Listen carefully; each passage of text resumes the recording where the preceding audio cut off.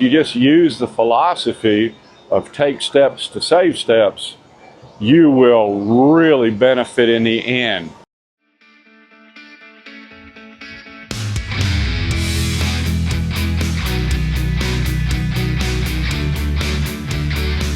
Thanks for visiting our sawmill. We are going to be sawing some hard as a rock pecan today, and there is a lot of background noise. We are working sawmill, so not a lot I can do about that. But the point of today's video, since I am sawing pecan, or pecan as some people call it, I prefer to call it pecan. You can call it whatever you want to. You can call it mashed potatoes. And I thought it would be a good time to show you my workflow. The key on this stuff is, it's a phrase I like to use called take steps to save steps. What that means is you have to actively think of ways to keep from moving your feet. Every time you move your feet to move a board, you're wasting energy, you're wasting time.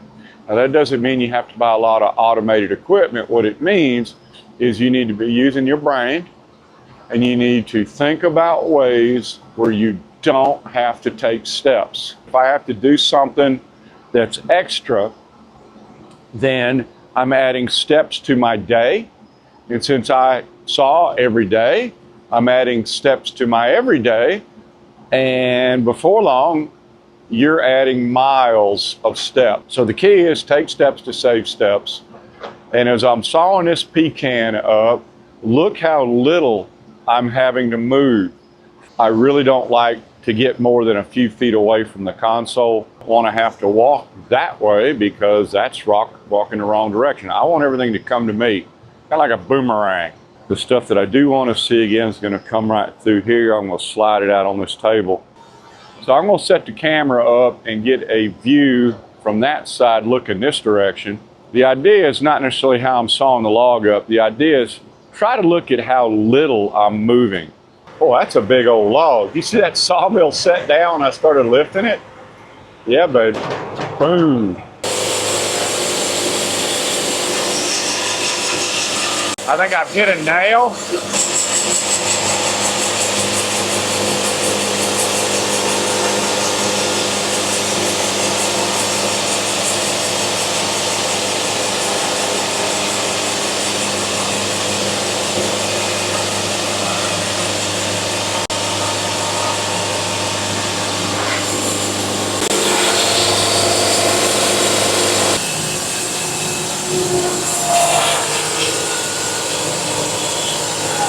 All right, folks. Well, I was going to do a sawmilling video on taking steps to save steps. I got kind of into it, and I noticed my band was starting to get all gunked up right there. And what that means typically is my Lubemizer is not Lubemizing anymore. I get to go through diagnostic process. So first things first, I disconnected this line. I made sure this is open, and I'm still not getting any spray. So I'm going to go through the steps to troubleshoot this real quick. I'm assuming I can figure this out. This isn't rocket science. This is a Wood-Mizer sawmill. Could be a filter. It's messed up right here. Could be one of these check valves. It's kind of tight right there. It could be the motor's burned out. I hope not. And it could be the connector. So we're going to pull this off. It's going to be a wet, sloppy ass mess. Even though this valve is closed, which I'm about to do, this is still going to drip horribly. If it's dripping, it means I'm getting flow.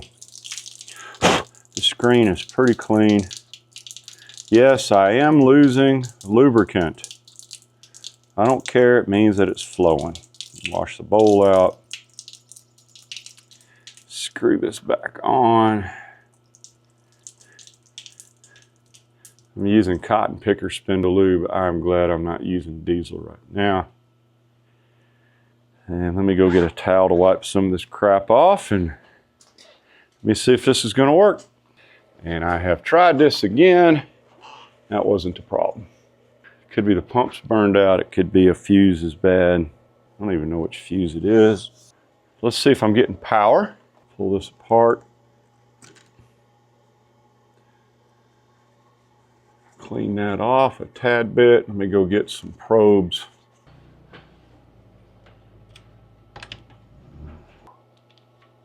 So in order to do that, I'm going to have to fire up the mill. I'm going to put a couple probes right in here. If it's working, we'll see a pulsing. It says, this thing says 12 volts DC. It's going to pulse. I will go ahead, put this on DC 12 volts. I'm going to put those probes right in there. And I'm going to quickly see if we are pulsing or not. I'm going to set my speed to 0, or set my Lubemizer to nearly full. Turn that on. No pulse. Let's see what we got.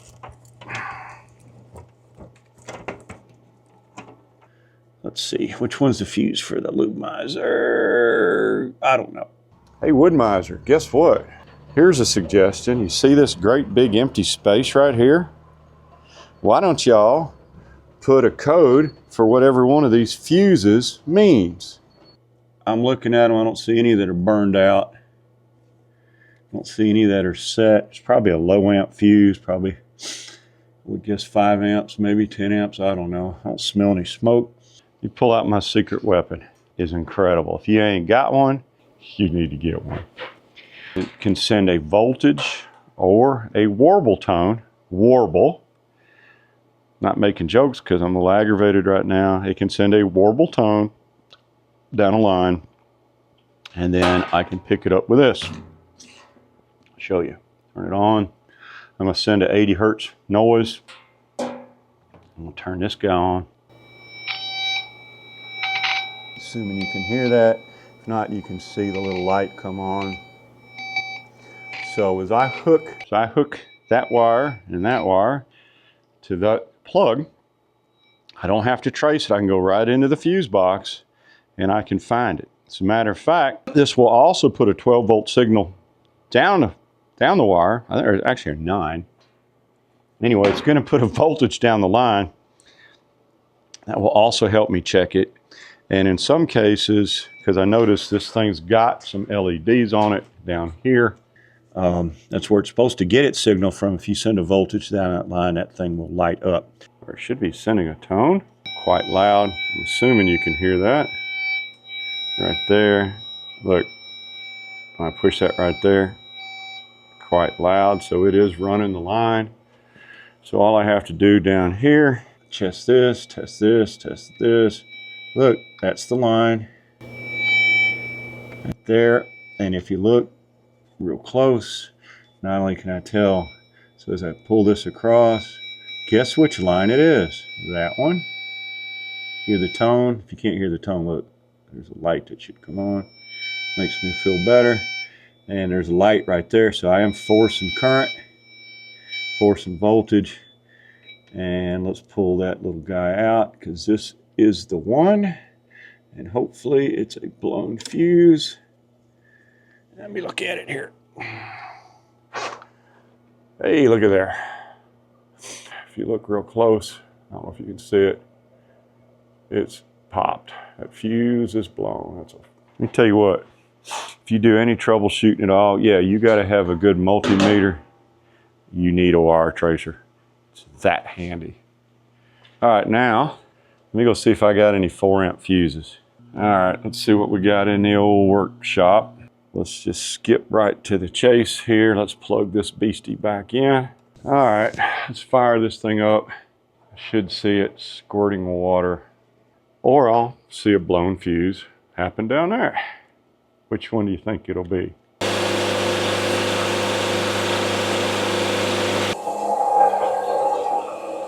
Ah, shit. So the bad news is I popped another fuse. It indicates to me that I have a bad pump, which sucks. I gotta order a new one, which, by the way, Woodmizer did not have. You heard me, Woodmizer does not have the pump in stock, so they're not getting them till September. So I do what everybody does. I go to Amazon and I will have one here on Friday, 2 days from now. So all I got to do is figure out how to get this thing to keep dripping fluid for 2 days. And I'm back up and running. Pull this off.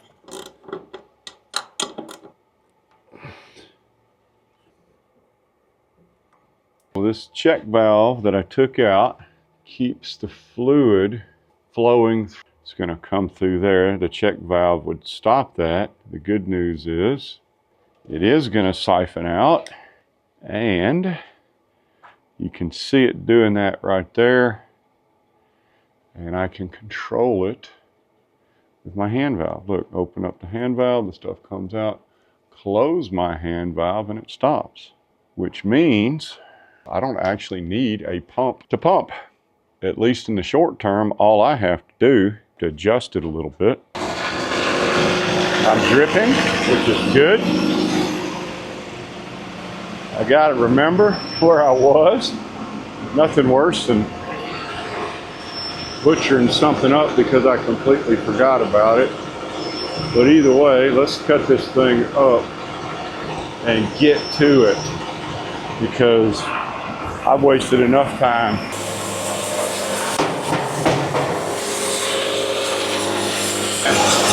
Dang it. This is an unlucky log.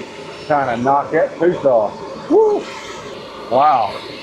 1, 2, 3, 4, 5, 6, 7, 8, 9, 10, 11, 12, 13, 14, 15, 16, 17 teeth.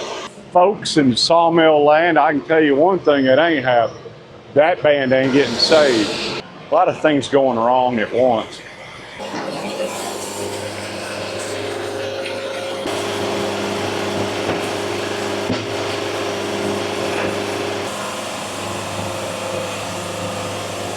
Sawing a whole lot better.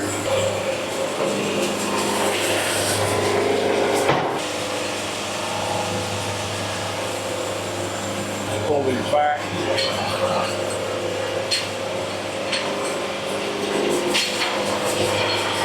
And I got some pretty wood out of this thing though. I mean, look at that. Sometimes there's multiple failures. You just have to deal with it. This was fun. We got through this log. At least this way, you know, I really am filming real life. It's not often I have so much trouble with a log. It's not often that I have a mechanical failure on my sawmill and then I have a failure of my brain. So, I mean, it happens. You can't get upset when you're having troubles because there's really no point to it. You'll hear me bleep a few times when I get over it. As an engineer, I know things break. You probably didn't learn much from this video, certainly not how to save steps. Maybe I'll do that on another video because I think it jinxed me on this one. So before we sign off, last week Gerald Rutherford came by and he told me the story of his dad, Mac, who likes to watch my sawmill channels, 80 years old, give or take. So he likes watching rodeo, he likes watching other stuff, and he likes watching a Hobby Hardwood sawmill channel. So I would give a shout out to Mac because that is really cool. I'm proud, Mac, that you watch my channels. I'm proud that everybody else watches my channel. We will see you all next week. Happy sawmilling. Thanks for visiting our sawmill. Click on the links above to see more of our videos.